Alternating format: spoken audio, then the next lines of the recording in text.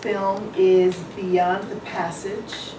So, wait, that's you? Okay, would you like to say a couple of words about the film? Just a couple. So I guess when you watch it, it's pretty self-explanatory, but basically the concept is it's a young girl and her grandfather, and it's kind of like a post-apocalyptic type thing, and grandfather is sick, and the girl decides to venture out and try to save her grandfather, and stuff happens. So that's basically it. So Beyond the Passage. Okay, thank you.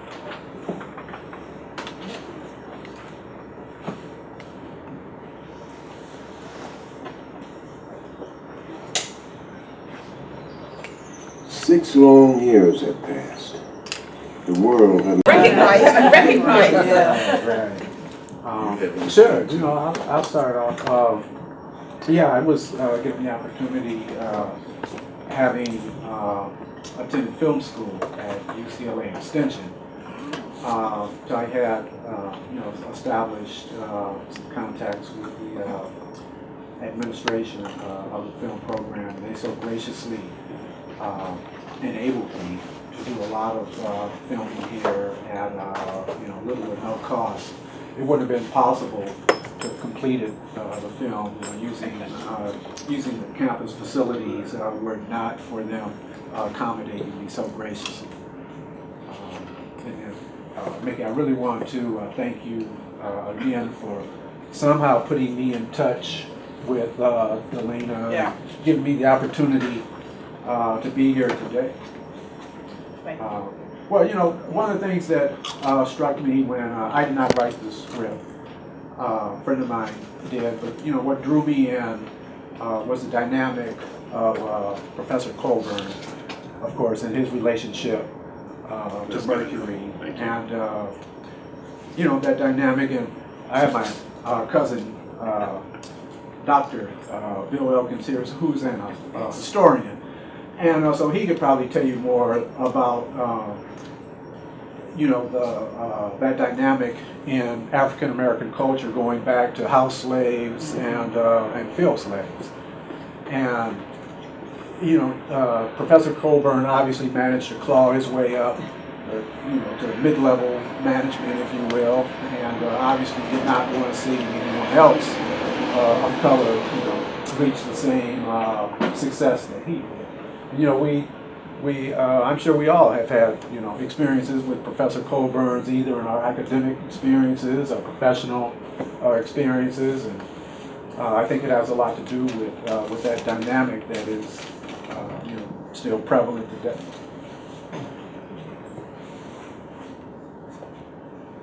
Oh, I thought you were going to go next. Does anyone have comments about that one film? Yeah. I just want to say, well, congratulations. Congratulations are due to all of you who have been to the African Film Festival. It's an honor. And I looked at the film and I thought about, as filmmakers, we have these stories that we want to tell. And I thought about the subtleties of showing and the nuances of not saying, right? And I thought about President Barack Obama, who this character, the entire film could have gotten down, she could have been turtling, but she never did. She never lost her dignity. And she, even though she took her journey, she remained true to who she was, even though these messages were there, right? To the extent. But President Obama, at any time, when he had a finger pointed in his face, when people called him whatever kind of names they called him, and it disrespected him, things called him Barack, and didn't almost call him boy last week, just about called him boy. So the things that he has been under attack for, he has still maintained that professional, that cool, and yes, a dignified person. So I'm glad I'm glad you brought that out. For a minute, we questioned Mercury. I mean, we thought, she was kind of going a little wayward. She was losing some of who she was in order to fit in. And we kind of wondered for a minute, was she going to reel herself back in and reaffirm her core values? So I love the story. So, as a director, you just hope that you bring alive the writer's vision. So. I thought Tiffany was really a jerk, but I mean, Tiffany was great. Too stereotypical. I mean, like in real life? Oh, Tiffany's. I mean, No, well, Lauren. I just wonder. I'm curious. No, Lauren is she's a terrific young woman. You know, very very professional, and she really played the role. Yeah, she did. Actually, yeah, Right. she did. And for the record, Professor Colburn is the nicest guy in the world. Nicest guy in the world, but you know, it was so rewarding when I conducted the auditions, and you know, our jaws just dropped. I mean, he became Professor Colburn. It was like, wow, this is, I mean, he really hates her. I mean, Yeah. he was, you know, I had a really, really good cast. I have a question Yeah. for all of the characters and filmmakers. All of you, from what I believe, is youth actors at some point in your work. Is that correct? Yeah. Did the first version of I didn't understand. youth actors, young actors, Oh, okay. Yeah. young actors? Yeah. For very short scenes of being in your film, but and even larger. I mean, she was the main character in your film, but I just thought that was an interesting thread to think about. How important it was, even if it was just that introductory scene in one sense, and in your sense the entire film, how important it was to show the presence of this younger self in juxtaposition to kind of like the adult self. And even though I'm sorry, what is your name? Terrence. And even your film, the younger woman is the main character. It's in juxtaposition to her grandfather. So there was this kind of age became significant, it seems, in some way in each of the films. And I'm wondering if you could talk a little bit more about that, whether it's coming of age or just the dichotomy of old and young with the grandmother, the younger person. So yeah, if you could talk more about that, the significance of age.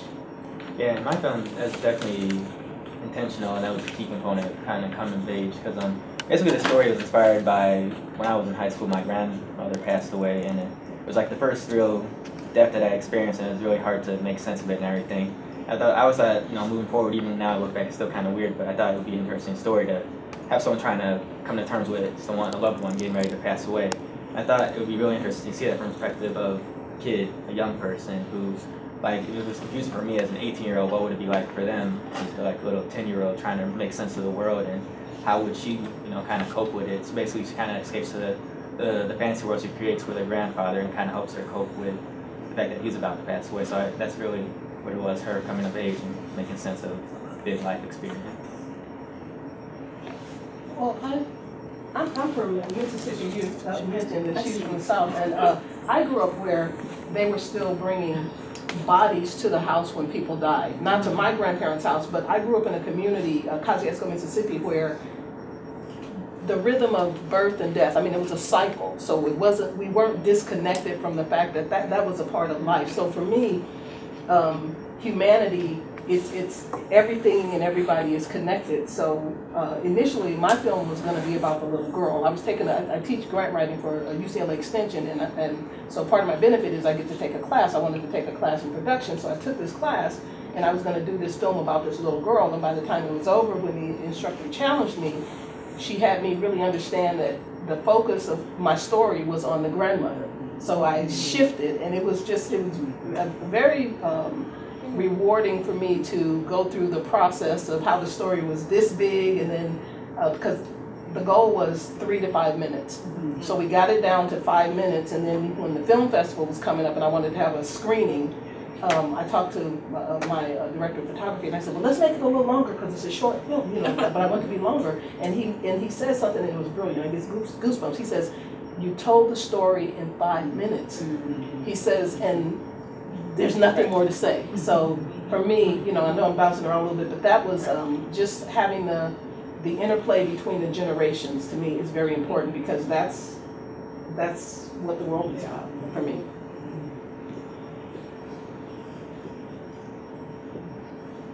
I guess We need to have, yes, you want to say something about them? it Had speaks you for seen itself. it? You had seen it before. Or is this the first time you saw it? Sometimes the actors have not No, seen no, their own film. I've seen it, but it's. I mean, I guess it speaks for itself because it's a flashback, you know. So you know, you have the story and you know you present day and what's going on right now, but then you have the flashback. So I mean that was, and I'm kind of speaking on behalf of the director and the writer. I'm just a talent that was in the piece. Great job, great performance. Thank you. I think something I took from each of the films was kind of the process of accepting, accepting what is, accepting, who you are. From Fixed, where, the young man was never able to reconcile himself. At the prayer at the end, he was like, help me be the man my mom wants me to be and be the man everyone wants to be, but he never said, help me be the man that I am, right? Or help me become who I am. And we see how that, how that ended for him. But I think in all of the films, there was kind of that discussion about becoming and like how he. Well, I know from talking with the director and the writer that was one thing that they wanted to do with that film was to open up a discussion about homosexuality in the Black community. Mm-hmm. And for the longest, it's a hush and nobody wants to talk about it. And that's why they did this, to kind of open that up, that people would talk. Yeah. Well, I mean, we can talk about that. I'll out myself. I am a Black gay person, so I think it's definitely something that you have to bring it up and put it out there in the middle of the floor to talk about it. It's not like the guy kept saying, I knew he was that way. Like you don't even say gay. It's like you're that way, or they do this or whatever to talk about the person. So, but still, I think it was the becoming that really spoke to me. In all of the films. Mm-hmm. And especially how challenging it is in the Black church, specifically. How, Kojic is like top of my head in terms of how there's a lack of understanding and acceptance of people that just have different needs. And we're supposed to be the most loving, in the church because God is love, and yet we hurt one another in a lot of irrevocable ways sometimes. A lot of people go through in the LGBT community because we aren't loving to them when in periods when they need the most love. So it's great to have projects that are opening up that discussion. And we need to do a whole lot more of that in our community especially. But what's interesting is that the politicians have it so twisted. When I was growing up, I was probably as far extreme to the left as a person could be.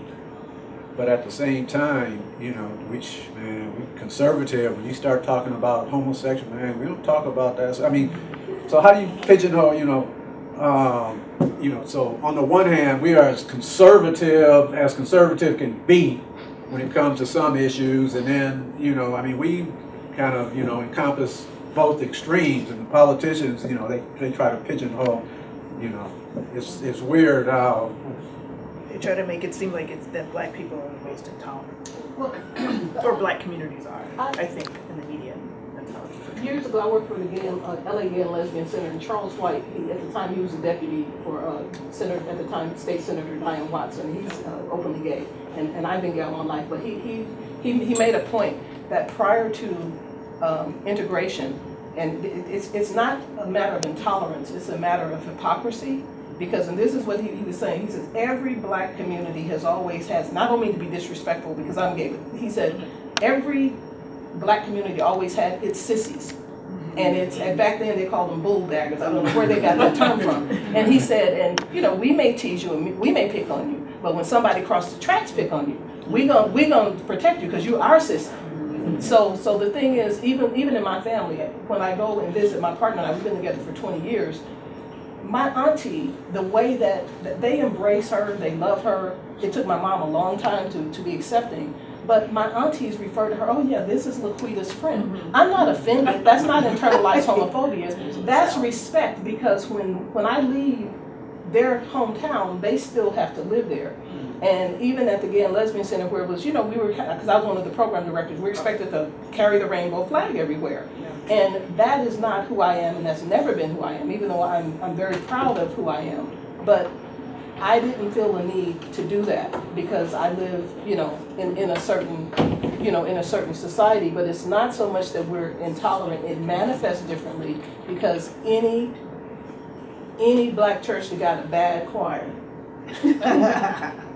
we're there. It's almost more of a don't ask, don't tell, don't pursue. And it really is about hypocrisy, but more and more churches are becoming more and more inclusive and accepting and tolerant of it.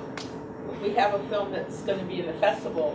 It's called Black Church, and I forget the subtitle, but it's about sexuality in the Black church. It's a documentary, and I think, because I only saw like the first 2 minutes when I was looking at something, but I think it's going to be addressing this, and I can't remember if the filmmaker is in town and will be there for the Q&A. Chalice? Yeah, I think so. Okay, have you seen it already? No, I know the editor. Okay, but I think so. But anyway, so look for that one. Yeah, it's going to be screening either 2 or 3 times. So I can't remember the times of everything yet. I'm just typing them in right now. When I leave here, that's where I'm going back to finish doing that. So the schedule will be out. You guys came in a little bit late, but the schedule will be out shortly with the times of the films. And I'm sorry, I missed the point, but this is real quick. The point about the integration that was important is that prior to that, black folks could not, we couldn't go create a West Hollywood. We couldn't go create a Castro district. So you were stuck in the community. Yeah, we still can. Yeah. So I'm saying, so it's not, and that's someone else saying we're more intolerant. We're not more intolerant. We deal with it differently. Yeah. Also, another thing is like, with Prop 8 and all the movements around marriage equality is that the same was true for gay people. That's all we had was gay people, and now that there's the opportunity for people to assimilate and become normative, then there's questions about, well, what's going to happen to these gay communities? What's going to happen to West Hollywood and these spaces that used to be safe spaces when people kind of no longer need them? So there's conversations about that as well. I know we don't have much time left, but I just kind of wanted to bring it up. Thank you. What's your name? Delana and yes. Adelia. We were talking about the common threads of the film, and you talked about the main characters looking for the acceptance, and where there's yin, there's yang. And I look at that as an awesome balance between the people looking for acceptance, as well as the external forces or the dogma. Everyone do it my way because this is how I was taught, or this is how I grew up, right? And so we as artists have that power to overcome the status quo and to break out and speak and share our voices. So I just think that this is where the baby taught the adult, and she was accepting of that, right? And so I just think it's important. I'm a filmmaker from Maryland. My name is Monda, and I'm happy to be here today. But I just want to say, continue to to fight the fight and make good stories that matter. Have you submitted a film? I wasn't accepted. Oh, I'm sorry. It's okay. Right, this time. Wait, you got the email from me. I'm the person who's going to email that. But to go back to what we got so many submissions, we couldn't take everything. Yeah, but to get back to what Mondo was saying is that and that's the purpose of this series, is to talk about bringing those voices out and bringing those perspectives out. So that's one of the things we like to talk about after the film. It's like, what was the process of kind of finding your own voice when you were creating the film? 3 of the protagonists were either women or a girl, so female, women, girl protagonists. I'm interested in the writer. So you wrote your own, and I'm interested in like and you wrote for a young girl, and I'm interested in the writer. Female. Okay, interesting. Right. And Just curious. I'm not sure. I think there was an element of autobiography in hers. I think that a lot of it was experiences that she has She has had.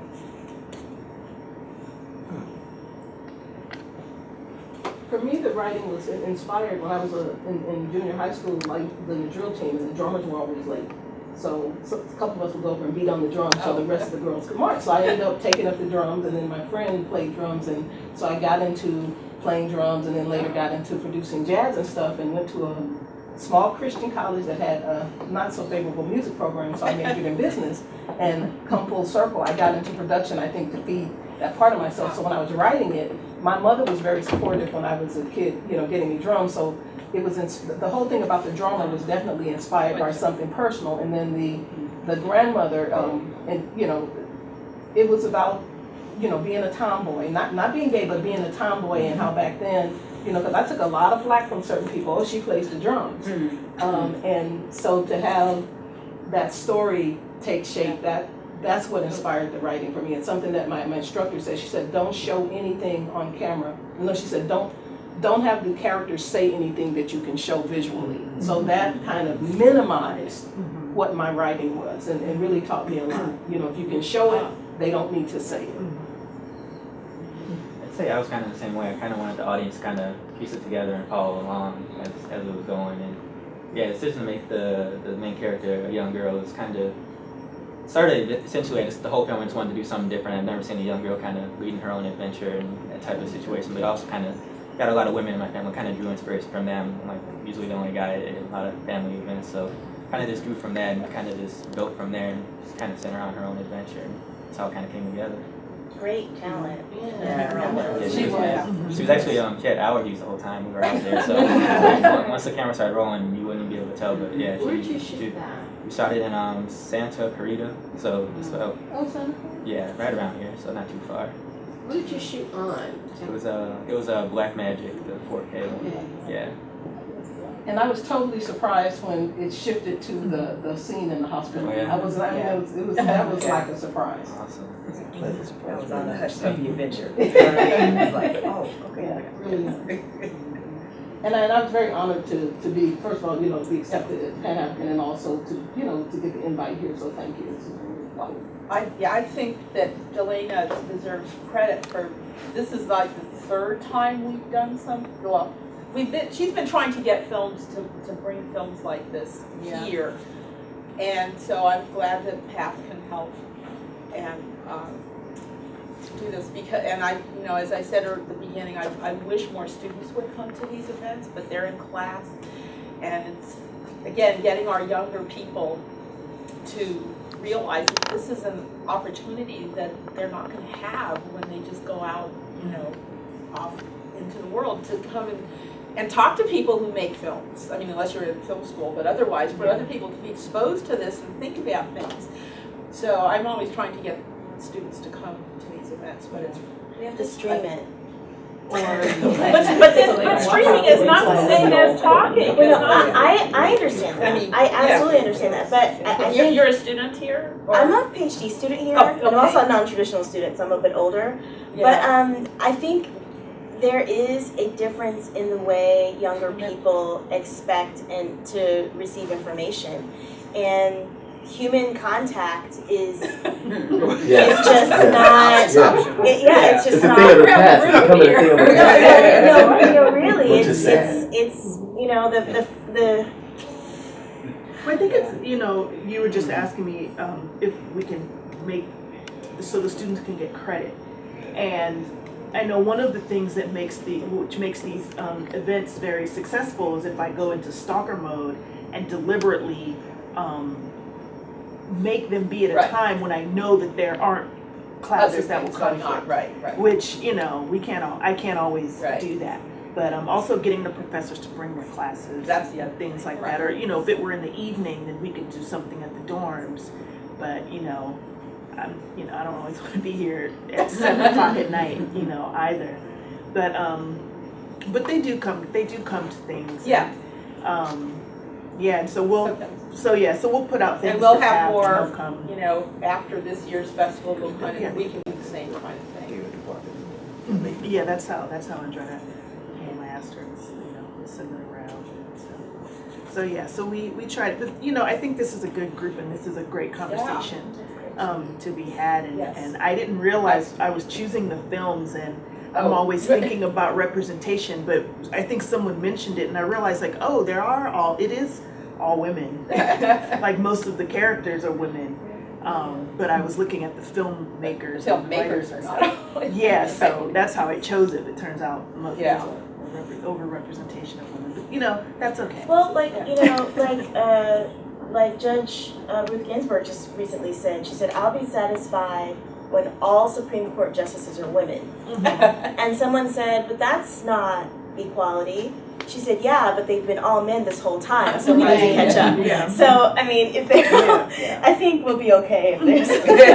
Excuse me, what is your PhD in that you're studying now? It's, I'm in the School of Theater and Performance Studies is my program. I'm in the School of Theater, Film, and Television. Okay. Well, my DP was a guy. No. And actually, I was very fortunate because he goes back and forth to Vegas a lot doing production. So we had to really coordinate, and I was very, very, very proud. We shot everything in about 4 hours, and the two actresses, they met on the day of. I sent them their scripts, and then they went in the room. You said you saw everything in about 4 hours? He shot everything in 4 hours. We had a two-person crew. He was, he did one camera, and then I, for the first time, operated the boom mic. And we shot the different scenes, and her grandfather who brought her there, he was the hands. We laughed about it. He was the hands who came to the door to deliver the package. Yeah. And then, you know, it was a whole thing about the planning. If you tell me I have 8 hours to chop a tree, I'll spend, 6 hours sharpening a saw. So we were really, really fortunate, and it cost me about $150 in pizza. I mean, for everything that we did, and just to share, because in the room, that was actually my son, his goddad, he lives with him, so we transformed his room into the little girl's room by frilling it up and going to the store and putting it. I mean, it was But you used his trophies. Yeah, no, I borrowed trophies from a friend, and it was just literally so shot for under $200 in 4 hours, and then my friend, because he did all the editing, so it's just so I'm ready to do another one. I can say for all you filmmakers in here, one thing I will recommend when you're making a film is that you take some stills of the movie, not of the boom, which is what some people send me when I ask for pictures for publicity. But I don't think filmmakers always think about that. You don't. You need to have someone to take those, because I know indies, we don't have the staff that Hollywood has. But you need to take some stills so that when you're asked for publicity, that for publishing it, it's not a cell phone picture. It has to be a high-res picture. And if you're on a Mac, you can actually cheat and get some really great screenshots. Right. And people will do that. But when I say I ask them for screenshots, and I get things like, I see the boom, or that's not what we're looking for. But you kind of think about that in terms of, because how many times did I probably have to email you guys back? Send me a high-res picture, send me a high-res picture that we can put on the website, put in a book, right. Yeah, but I think all of these really were good because you were able to find them. Yeah, when I was looking online. And online they look fine. It's for printing. We do still print stuff. And you need a high, you're laughing because you need a high-res for actual printing, otherwise it looks really grainy. So. Little things they don't teach you in film school. It was so much of an afterthought that I had challenges getting. I know, because I recognize the for pictures. The poster. When you want to do your movie, that was the challenge, because I'm like, oh my God, what am I going to do? And he was able to pull some stuff that he had shot, but it was an afterthought. But it's something that you kind of, when you're planning, to just kind of keep in mind. You only need a couple of them, and you see them in the newspaper. When films are reviewed and there's a picture. And it has to be at least 300 DPI to get printed to be okay. I'm curious about, for folks who are doing the filmmaking, what's next on the agenda? What are you doing now, or what's your next project? I too am a filmmaker, and I have actually 3 under my belt that I wrote, directed, and produced. So I'm actually going to shoot a colleague's film. I'm gonna direct her film for later this month, and I got another one I'm doing a pitch with some friends of mine. So I got a couple of things, kind of, things in the fire right now. My dear cousin here has a story that I'd love to do, and it kind of, it's a kind of a docudrama. The experiences of slavery, but it has a kind of a different twist on it. So I enjoy bringing him out to these types of discussions to kind of motivate him to get that script written. So I'm looking forward. Hopefully we'll do that. It's going to be very challenging. It's a time timepiece. So it's going to be very challenging to try to get that Historical done. type drama. Right. Well, next year's our 25th festival. Oh, wow. It's going to be our, we're going to start actually putting out the film application supposedly in June, earlier this year, so people can start submitting. So filmmakers, keep it in mind. Yes. This has been fun. Really, thank you for inviting me. We went to school here, probably for many of you were born. And we used to have this kind of stuff all the time, not film forms, but speaker forms. When we came in, the lady that was here before you got here asked us to sign in, and she said, you guys need to sign in because the university is pressuring us. I'm just kidding. What does that mean? Is the university not supportive of this type of reform? Well, as you know, It's a center, not the forum itself, right? Well, it's a lot of things because California. I mean, the UCs don't get a lot of money from the state. I think we get a little more, but they want to make sure that when you have events and you have food, that you're showing that you have people who are coming and you're not just buying like the most expensive cheeses to hang out with your friends or whatever. I don't know. So are they supportive of these type of forums? They are, That's good to hear. Yeah. It would have been very disappointing to hear. But you said that Professor Kelly supported. Yeah. So it's the challenge is where you're getting the support because so many departments are their lines how the budget lines can be used in certain ways, and so I had got a professor to fund it, and my boss is the director.